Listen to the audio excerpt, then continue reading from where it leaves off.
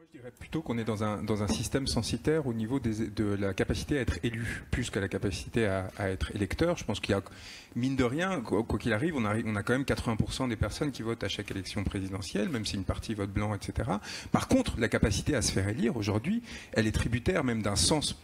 électorales très particuliers qui sont les 500 parrainages. C'est-à-dire que rien qu'à ce niveau-là, il y a quand même une censure dans la capacité d'accès à l'élection la plus importante, celle qui va permettre d'avoir une visibilité et par la suite de créer des groupes politiques et des mouvements, qui explique pourquoi il n'y a pas de renouvellement politique en France, alors que dans quasiment tous les autres pays qui nous entourent, en Espagne, au Portugal, en Italie, etc., même au Royaume-Uni d'une certaine façon, il y a eu des mouvements qui se sont créés, qui ont réussi à s'imposer, à avoir des élus, peut-être pas nécessairement à gouverner immédiatement, mais en tout cas à créer des nouvelles forces qui sortent du système. Aujourd'hui,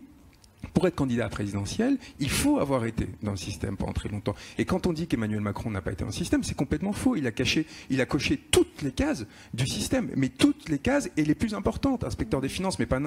Quand vous rentrez, plus vous rentrez en détail, plus vous connaissez le fonctionnement des technocraties, de la technocratie française de l'intérieur. Vous savez qu'il n'a non seulement été énarque, mais inspecteur des finances, qui est l'énarque de l'énarque, mais qui même à l'intérieur de l'inspection des finances, il a été chef de mission, ce qu'on appelle chef de mission, chargé de mission, pardon, du chef de l'inspection générale des finances, qui était un certain Jean-Pierre Jouyet, qui est parti dans le gouvernement Sarkozy alors qu'il était de gauche, ce qui a amené Emmanuel Macron à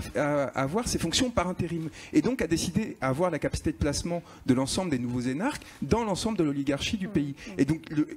c'est comme ça que vous expliquez en fait un parcours qui tout d'un coup de l'extérieur apparaît fulgurant, incompréhensible, nanana. Quand vous comprenez quelles sont les modalités de reproduction et de création des élites, vous comprenez que cette personne, comme les autres, est là depuis littéralement 20 ans.